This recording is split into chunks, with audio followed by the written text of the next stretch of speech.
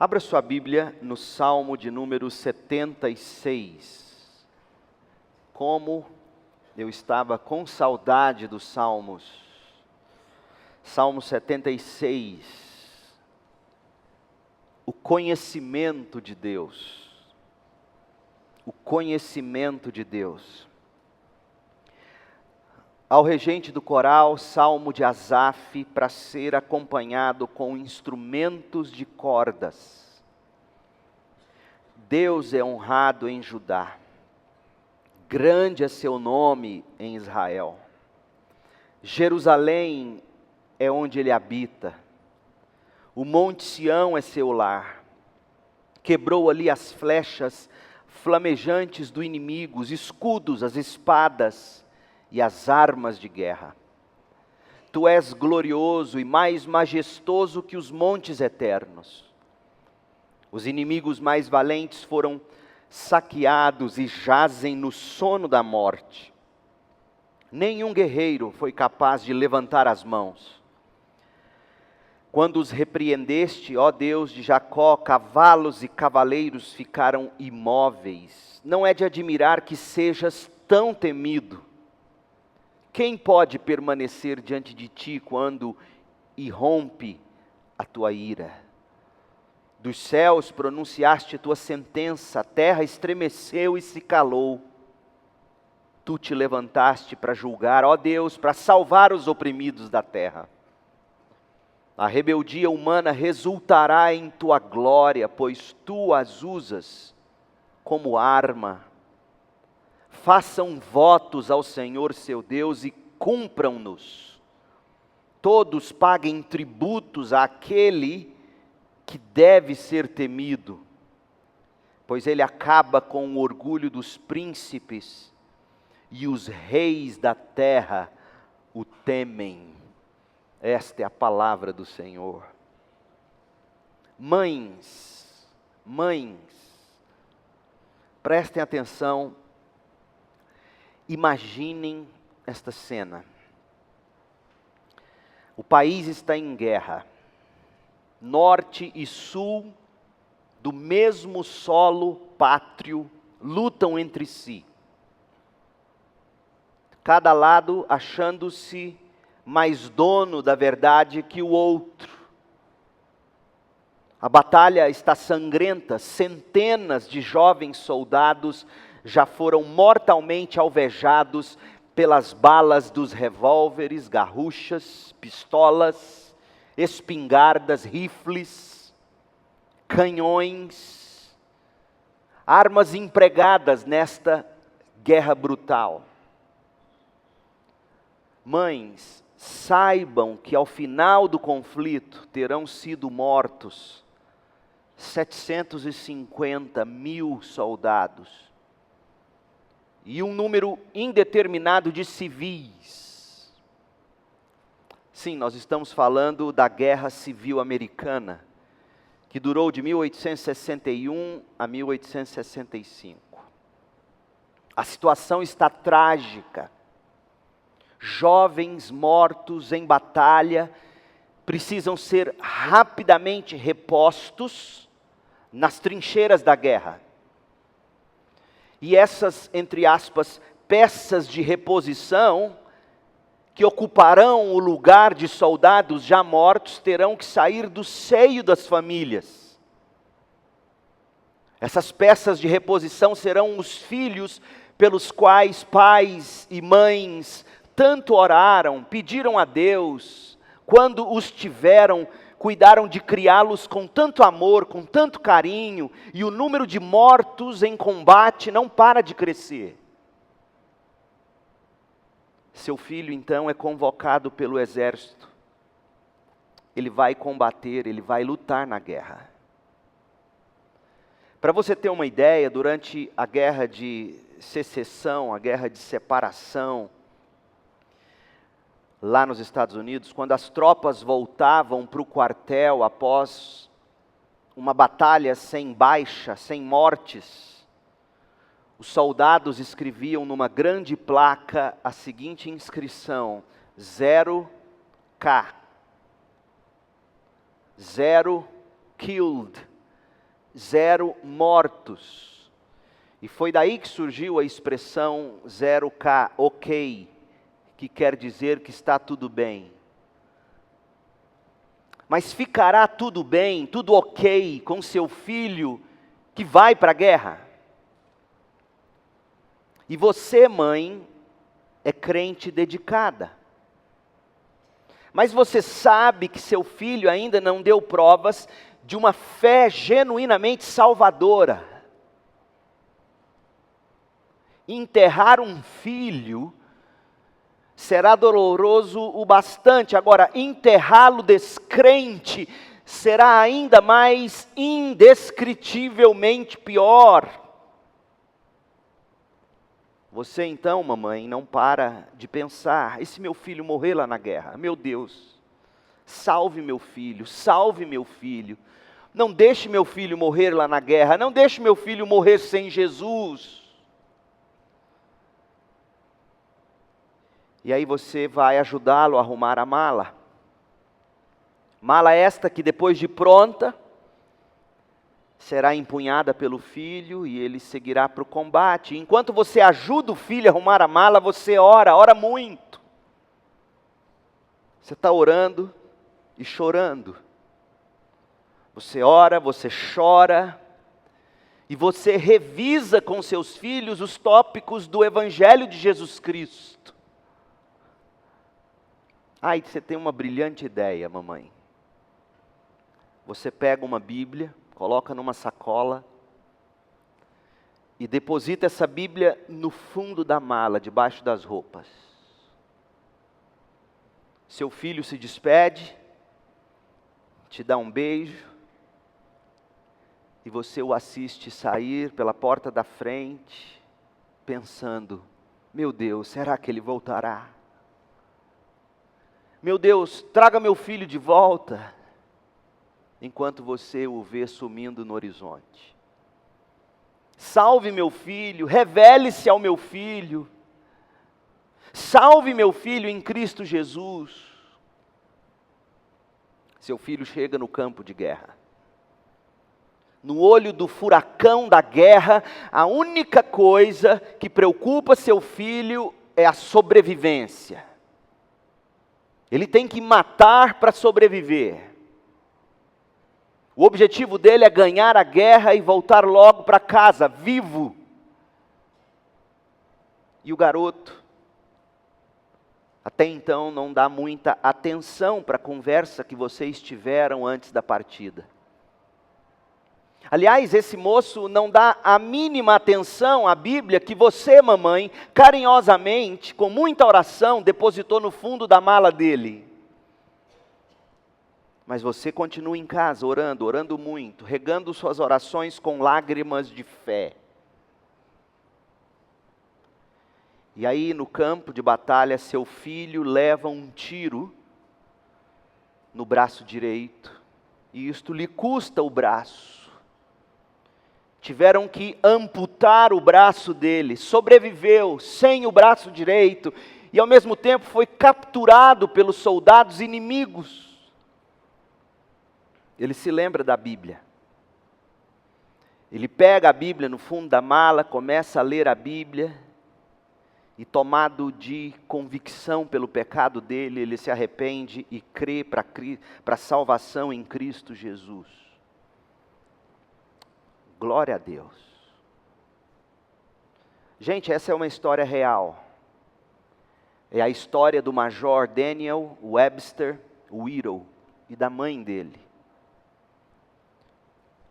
Daniel Webster Whittle é o autor do hino Mas Eu Sei em Quem Tenho Crido, o 447 do HCC, o 377 do Cantor Cristão, cujo refrão, extraído das palavras de Paulo a Timóteo, entoa: mas eu sei em quem tenho crido, e estou seguro que é poderoso para guardar bem o meu tesouro até o dia final. O hino, portanto, é um testemunho. É um testemunho de total confiança em Cristo, cuja graça salvadora continuava sendo um mistério para Daniel Whittle. Mas não obstante a ser mistério ainda para ele, era a base da vida dele. Embora ele ainda não entendesse por que o Senhor o havia salvado, um pecador tão grande como ele, não compreendesse como o Espírito de Deus trabalhava no coração dele e não soubesse quando o Senhor voltaria para buscá-lo, nada disso importava para Daniel Whittle. Ele sabia em quem se firmar. E isto lhe bastava. Eu sei em quem tenho crido, e estou seguro que Ele é poderoso para guardar bem o meu tesouro até o dia final. Gente, louvado seja Deus pela iniciativa e pelas orações da mãe de Whittle, e que sirvam de exemplo e de encorajamento para as mães. Mas louvado seja Deus pela graça salvadora derramada sobre a vida de Daniel Whittle. Porque ele, além de ter sido salvo durante a guerra, lendo a Bíblia que a mãe colocou na mala dele, depois que ele deixou o exército, sem um braço, ele abandonou carreira próspera como empresário e se tornou frutífero evangelista nos Estados Unidos, ao lado do compositor James McGranahan. Quando eu fiquei imaginando essa história, eu disse, por mais mães como a mãe de Daniel Webster Whittle. Mulheres que sabem em quem elas têm crido e estão seguras de que este Deus é poderoso para guardar o tesouro delas e salvar os filhos delas, levando-os também seguro para o céu. A mãe de Whittle sabia em quem ela tinha crido. Whittle passou a saber em quem ele tinha crido. E a pergunta que eu lhe faço é: você sabe em quem você tem crido? Quem é seu Deus? Quem é seu Salvador? Você conhece o seu Deus? Você precisa conhecer o seu Deus. Conheça o seu Deus, crente. O conhecimento de Deus faz toda a diferença na vida e na morte. Pergunte à mãe de Whittle como ela conseguiu empacotar os pertences do filho numa mala pequena, sabendo que lá na guerra o filho poderia morrer. Da mesma forma que morreram quase 800 mil filhos de outras mães que combateram na Guerra Civil Americana. Pergunte a essa mãe como ela conseguiu fazer a mala do filho sem se sucumbir no desespero. Pergunte a ela por que ela colocou a mala numa sacola no fundo, a Bíblia numa sacola no fundo da mala do filho que estava a caminho da guerra. Sabe o que ela te responde? Eu sei em quem eu tenho crido e estou segura que Ele é poderoso. O conhecimento de Deus faz toda a diferença na vida e na morte. Pergunte a Daniel Whittle. Pergunte a ele por que ele resolveu se voltar para a Bíblia. Por que ele resolveu orar ao Deus da mãe dele. Sabe o que ele vai te dizer? Eu vi tanta gente morrer ao meu lado, em dor e desespero. Eu mesmo vi o rosto da morte, eu senti o hálito da morte, até que eu me voltei com arrependimento e fé para o Cristo da Bíblia e o Deus da minha mãe, e agora eu estou feliz em poder cantar, mas eu sei em quem tenho crido e estou seguro que é poderoso para guardar bem o meu tesouro até o dia final. Meu povo, o conhecimento de Deus faz toda a diferença na vida e na morte. O Salmo 76, por sua vez, o salmo que temos hoje diante de nós, é um testemunho ao conhecimento de Deus. O tipo de conhecimento de Deus que dará forças a você, se um dia você tiver que empacotar a mala do filho a caminho de uma guerra, sabendo que ele pode morrer, por exemplo. testemunho sobre o Deus que salva você e você mesmo sem um braço, sendo proprietário de um comércio de grande lucratividade, larga tudo e vai se tornar um evangelista. Por esse tipo de conhecimento de Deus que nos torna homens e mulheres de fé e de coragem. No salmo que nós temos aqui, Asaf conta sobre Deus. Asaf conta sobre o Deus que luta por nós. Um pouco do contexto. O Salmo 76, ele se acopla perfeitamente bem ao Salmo 55, o anterior. Aliás, existem vínculos muito fortes entre os Salmos 74, 75 e 76. Observe comigo, o Salmo 74 analisa a violência e a injustiça que existem no mundo e pede ao Senhor que intervenha. O Salmo 75 é onde Deus fala para dizer que no tempo determinado Ele, o Senhor, agirá, tanto para derrubar os orgulhosos, quanto para exaltar os mansos e humildes que estão sendo afligidos. E aí o Salmo 76 celebra um incidente dramático no qual Deus fez exatamente isto, destruindo completamente os inimigos de Israel. Então nestes três salmos, 74, 75 e 76, Deus é visto como o juiz, diante de quem todos deverão um dia se apresentar, e a quem todos um dia prestarão contas. Outro fato iluminador, elucidativo, a Septuaginta, que é a tradução do Antigo Testamento hebraico para o idioma grego. Então, esse Antigo Testamento no grego era a Bíblia que se lia nos dias de Jesus. Paulo lia a Septuaginta. Jesus leu a Septuaginta. Era a Bíblia corrente, digamos.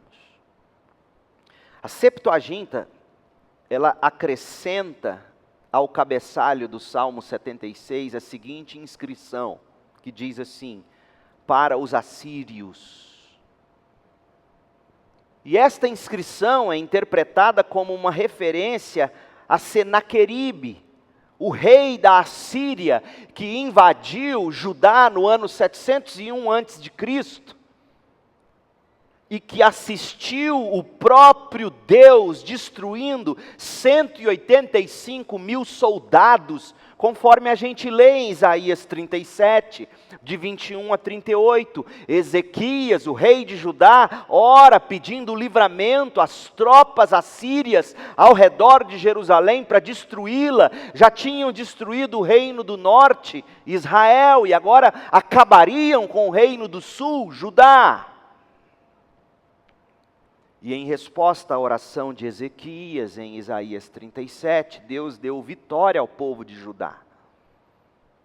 Nós vamos ver mais sobre isso na próxima mensagem, porque hoje nós não concluiremos o Salmo 76. Mas a ênfase do Salmo, preste bem atenção nisso, a ênfase do Salmo não é tanto no que Deus fez por Judá.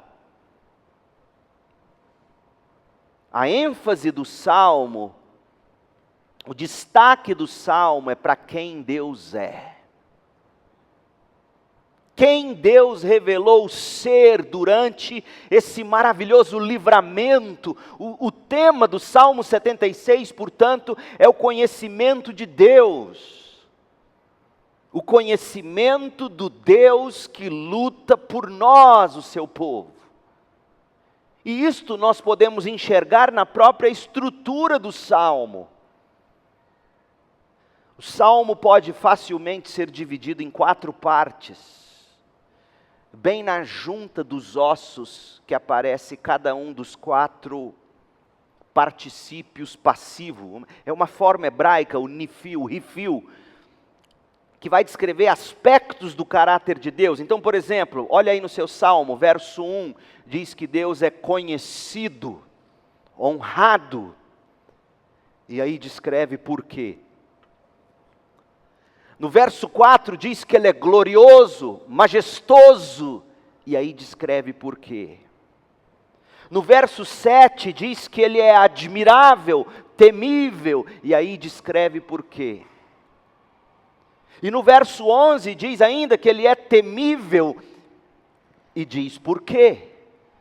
Então, o Salmo se divide nestas 4 juntas para nos mostrar como e por que Deus é conhecido e honrado, como e por que Deus é glorioso e majestoso, como e por que Deus é admirável e temível, como e por que Deus é temível. Salmo 76 quer que você tenha o conhecimento de Deus. Quem é o Deus que luta pelo seu povo? Então vamos lá, vejamos que o conhecimento de Deus nos permite, aliás, conhecimento este que o próprio Deus nos permite ter sobre Ele mesmo. Deus se revela a nós. E nós veremos que o conhecimento que Deus permite que tenhamos dele mesmo vai fazer toda a diferença na vida e na morte. Toda a diferença na hora que você tiver que empacotar a mala dos filhos para eles partirem para longe de você. Toda a diferença na hora em que você receber um diagnóstico desesperador. Conheça o seu Deus, crente. Isso faz diferença na vida e na morte. Nós vamos seguir a divisão natural do Salmo, destacando 4 lições principais. Mas agora de manhã nós vamos nos concentrar apenas numa parte da primeira parte. O Deus que luta por nós se faz conhecido. É o que eu quero que você enxergue. E de fato, nossa ênfase hoje será apenas o verso 1. O Deus que luta por nós se faz conhecido. E Ele se faz conhecido nas batalhas. Então, crente, ponha algo na sua cabeça. Há alguns aspectos de Deus, ou sobre Deus, que eu e você só vamos conhecer no olho do furacão do sofrimento. Ponha isso na sua cabeça. Sofrimento é bênção de Deus. Existem aspectos de quem Deus é e de como Ele age, que só serão conhecidos na enfermidade, na falência, no abuso, no sofrimento, na perseguição, na perda, no choro, na dor. Alguns aspectos de quem Deus é e do que Ele faz e de como Ele age, só serão conhecidos no sofrimento. O Deus que luta por nós se faz conhecido. Deus não é do tipo que luta por nós e depois se esconde.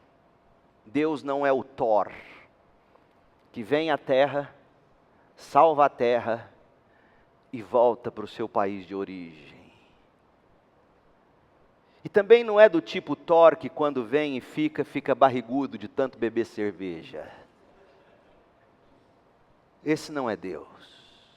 O Deus que luta por nós se faz conhecido na luta. A primeira parte do Salmo, nos versos 1 a 3, deixa isso muito claro. Olha, verso 1, Deus é conhecido em Judá. E a expressão conhecido, a NVT traduziu como honrado. Mas para mim, honrado é fruto dele ter sido conhecido. Então, na verdade, Deus é conhecido. Deus é percebido, e mais, é um tipo de conhecimento e de percepção que nos permite ter com Ele uma experiência. Deus é experimentado, e por isso Ele é honrado, porque eu o conheço, eu o percebo, eu o experimento. Deus é conhecido em Judá, grande é seu nome em Israel. Jerusalém, Outras versões trazem Salém, porque na verdade a palavra aqui é Salém, é o outro nome para Jerusalém, e nós vamos em mensagem posterior descobrir por que o salmista Asaf dá o nome de Jerusalém de Salém. Salém é onde ele habita, o monte Sião é seu lugar, quebrou ali as flechas flamejantes do inimigo, os escudos, as espadas e as armas de guerra. Então veja que nesses versículos, Asaf nos diz que o povo de Deus conhece a Deus. Gente, e o conhecimento do Deus que se revela é um privilégio apenas para aqueles que adoram o Deus e Pai de nosso Senhor Jesus Cristo. Não era assim entre as nações, não é assim entre os outros deuses. Os deuses das nações, os deuses de outros povos, nunca se fizeram conhecidos. A Bíblia diz que eles são cegos, eles são surdos, eles são mudos. Cegos porque não nos enxergam, surdos porque não nos ouvem, e mudos porque não se revelam aos seus. Mas o povo de Deus tem o privilégio de conhecer o seu Deus. O conhecimento verdadeiro e salvador de Deus. Um tipo de conhecimento tão perceptível, tão experiencial, que nos faz honrá-lo. E aí diz, Deus é honrado, porque Ele é conhecido e experimentado com conhecimento. Salmo 76, 1. Há pelo menos 3 maneiras, segundo os versos 1, 2 e 3, pelo menos 3 maneiras pelas quais o povo de Deus conhece a Deus. Primeiro, pela revelação que Ele faz do nome dEle ao povo. Segundo, as ordenanças que Deus mesmo estabelece para reger a adoração desse povo. E terceiro, a libertação que Deus executa em favor do seu povo. Portanto, Salmo 76, de 1 a 3, diz que Deus se faz conhecido por revelação, ordenanças e libertação. Mas nós veremos apenas o conhecimento pela revelação. O restante, Deus permitindo, semana que vem. O privilégio de se conhecer Deus por revelação. Verso 1, Deus é conhecido em Judá, grande é seu nome em Israel.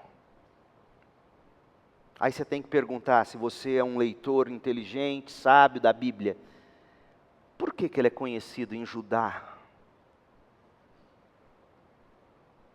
E o conhecimento dele em Judá diz respeito à grandeza do nome dele em Israel, a nação como um todo. Meu povo, Asaf, o salmista, está aqui nos lembrando da maior bênção, do maior privilégio que nós desfrutamos como povo de Deus. Sabe qual é a maior bênção que o povo de Deus desfruta do Deus deles? Conhecer seu Deus. Nós conhecemos Deus, ou melhor, Ele se permite ser conhecido, Ele se revela para que nós o conheçamos. Nós fomos abençoados com um conhecimento verdadeiro, um conhecimento salvador, um conhecimento experimental do Deus vivo. Deus revelou a nós seu nome, seu caráter, sua reputação, e nós, o seu povo, conhecemos Deus pelo nome, conhecemos o caráter de Deus, conhecemos as misericórdias de Deus, conhecemos a reputação de Deus. Deus nos deu benefícios. Benefícios esses que não poderiam ser desfrutados a menos que Deus mesmo, em graça e misericórdia, nos tivesse concedido. E esse é um dos temas mais antigos e mais centrais da palavra de Deus. Deus é conhecido entre seu povo. Gente, é verdade que Paulo vai deixar claro em Romanos 1, que todos os povos, tribos, línguas e nações sabem que existe um Deus. Romanos 1 diz, do verso 18 ao 23, que todos em toda parte do planeta são indesculpáveis diante da revelação geral de Deus. Revelação esta que o próprio Deus fez de si mesmo. Os céus proclamam a glória do Deus Criador. De fato, não é só que todo mundo sabe que existe um Deus, mas que todo mundo sabe que existe o Deus verdadeiro e que este Deus deve ser adorado, mas as pessoas se recusam a adorá-lo, adoram a criatura no lugar do Criador. As palavras do apóstolo Paulo em Romanos 1 nos lembram a razão pela qual existem pessoas neste mundo que não adoram o único Deus verdadeiro. Não é porque essas pessoas não sabem o suficiente sobre Deus. Não é que essas pessoas não têm revelação o bastante. Elas têm a revelação geral de Deus na criação. Elas têm a lei de Deus gravada no coração delas. Romanos 2, de 14 a 16. O problema é que elas escolheram não adorar ao Criador. Elas reprimem a consciência delas, elas chamam essa consciência plantada por Deus em nós, como graça. Isso é graça, é Deus nos acusando, está errado, não faz isso, não pode aquilo. Então elas reprimem, elas calam, as pessoas emudecem toda essa consciência que é dom de Deus, dizendo: este não é o caminho. Portanto, meu povo, o que falta às nações, às tribos, aos povos mais remotos, não é mais conhecimento de Deus. Os céus proclamam a glória do Deus Criador. Elas é que não dão ouvidos. Escolhem honrar e adorar a criatura ao invés do Criador. Mas veja bem, esse não é o tipo de conhecimento sobre o qual o salmista está falando. Essa revelação geral que Deus faz de si mesmo a todo mundo, não é a revelação de que trata Asaf. Asaf está falando do tipo de conhecimento ou de revelação pessoal, particular. É a revelação do nome de Deus. Êxodo, capítulo 6, lá Moisés foi informado pelo Senhor algo muito importante. Como é que Deus se revelou aos hebreus? Êxodo 6, verso 2, abra lá. Deus também disse a Moisés: eu sou Yahvé, o Senhor. Aparecia a Abraão, Isaque e Jacó como El Shaddai, o Todo-Poderoso. Agora ouça: mas não lhes revelei meu nome Yahvé. Estabeleci com meu povo a minha aliança, mediante a qual prometi lhes dar a terra de Canaã, onde viviam como estrangeiros. Esteja certo de que ouvi os gemidos dos israelitas, que agora são escravos dos egípcios, e me lembrei da aliança que fiz com eles. Portanto, diga ao povo de Israel: eu sou Yahvé, eu sou o Senhor. Eu os livrei da opressão, ou eu os livrarei da opressão e os livrarei da escravidão no Egito.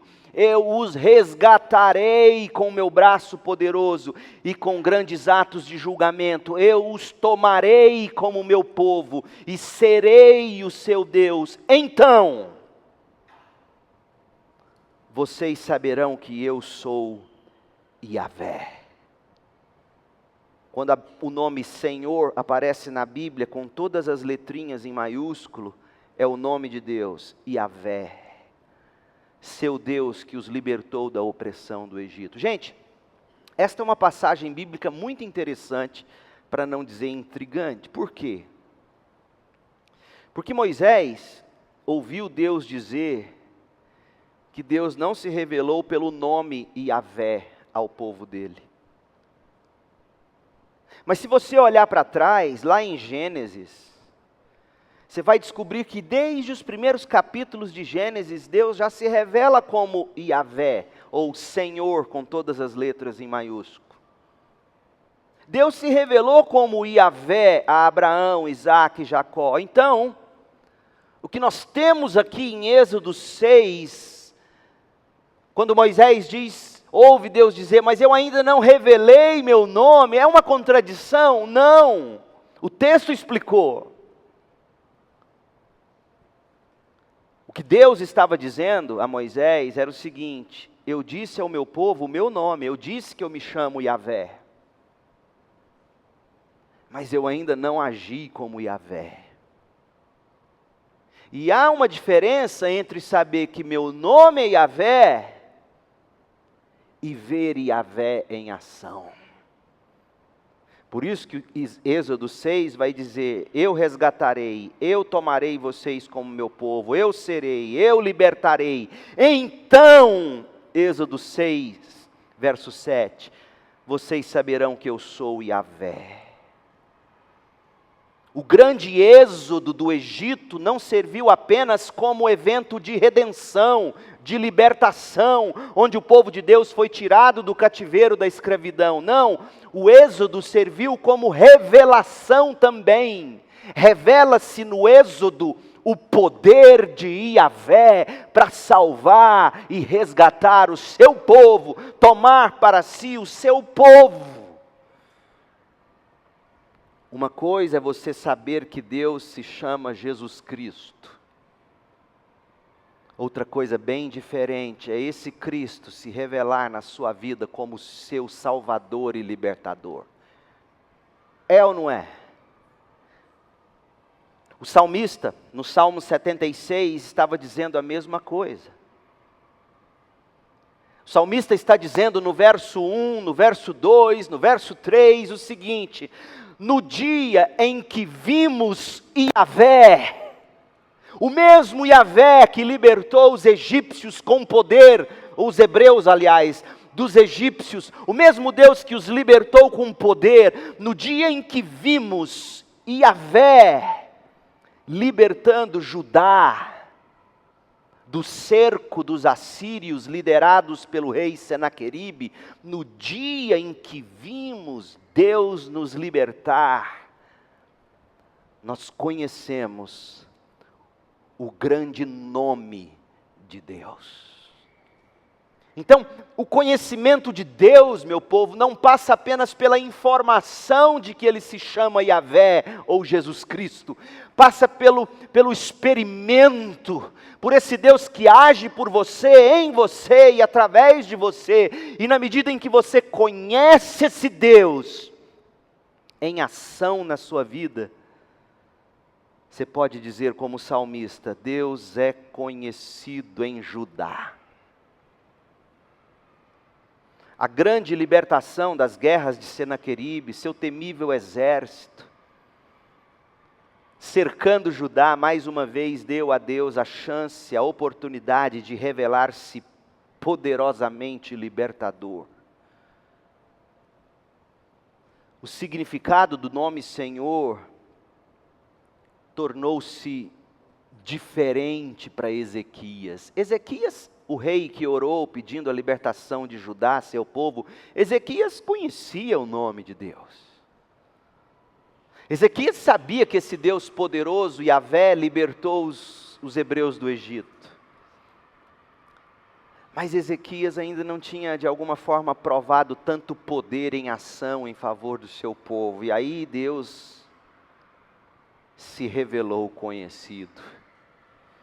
Deus respondeu à oração de Ezequias, Deus libertou Israel. E agora Asaf podia cantar, Deus é conhecido aqui em Judá. Deus é experimentado aqui em Judá, Deus é percebido, Deus é honrado aqui em Judá. Grande é seu nome, de leste, de norte a sul, de Judá a Israel. E aí o verso 2 diz, aqui em Salém é onde ele habita. Por que o nome Salém? Porque significa paz. É como se Asaf estivesse dizendo assim, nós conhecemos o Deus de Israel, Yahvé, de uma maneira tão brilhante, que Ele trouxe paz. Onde Ele habita, há paz. Então, quando ele coloca o nome Salém e não Jerusalém, como está no original hebraico, como está na maioria das versões bíblicas, ele não está dizendo só que Deus libertou Jerusalém das mãos de Senaqueribe, ele está dizendo qual é o fruto dessa libertação. O fruto é paz. Você já provou desse Deus? Que quando age libertando você, Ele torna seu coração em Salém.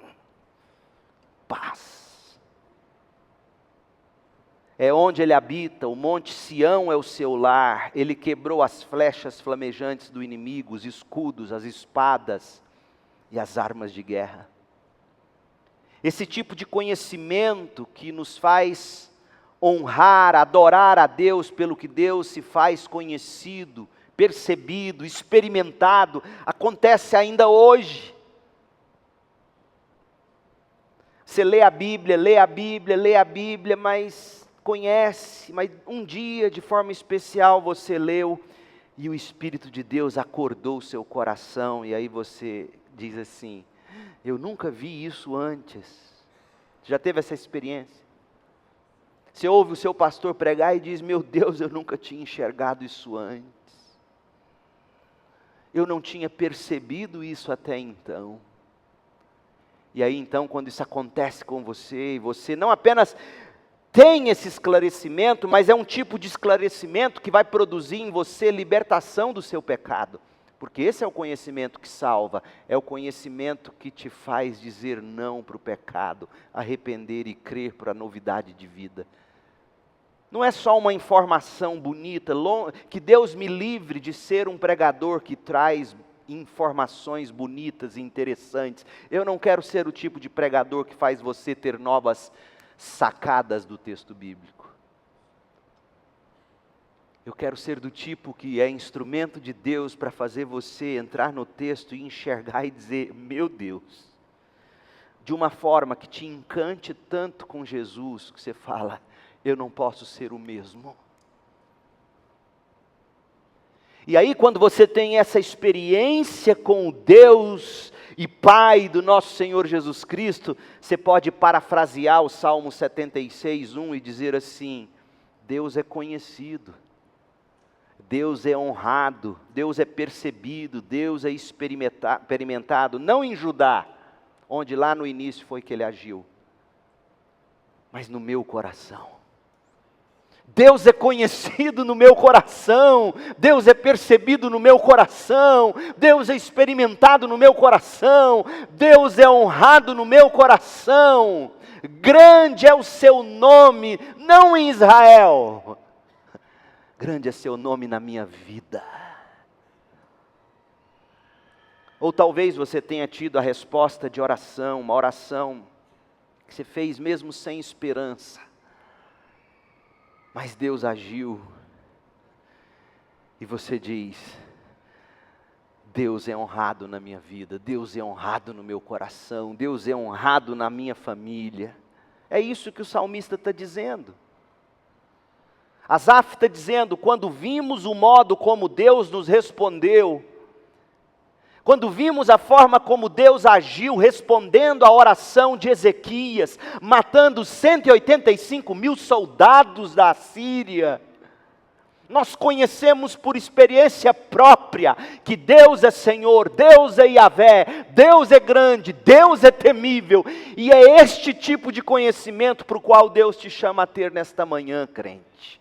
Um conhecimento não só de doutrinas, mas de doutrinas que revelam quem Deus é em Cristo Jesus, de uma forma que você diz, Ele agora é honrado no meu coração, o nome dEle é grande na minha vida, Meu povo, esse é o fundamento do nosso louvor, o privilégio de conhecer a Deus e saber que Deus é grande no meu coração, na minha vida.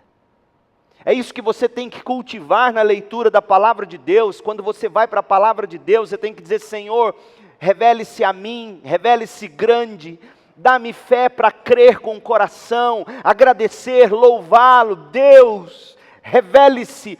Deus, chega mais cedo para o culto, crente, faz isso. Senta quietinho no seu banco e ora em instantes, Pai. O Orlando vai dirigir um louvor que eu sei como sempre é maravilhoso. Eu quero derramar meu coração na Tua presença. Eu quero ouvir do Senhor. Revela-te grande no meu coração e entre nós. Chega mais cedo, senta e ouve. O pastor vai pregar, ele se preparou, ele orou, ele estudou, ele vai abrir a Bíblia. Eu quero ouvir, Deus. Fala comigo, Deus. Você faz isso, crente?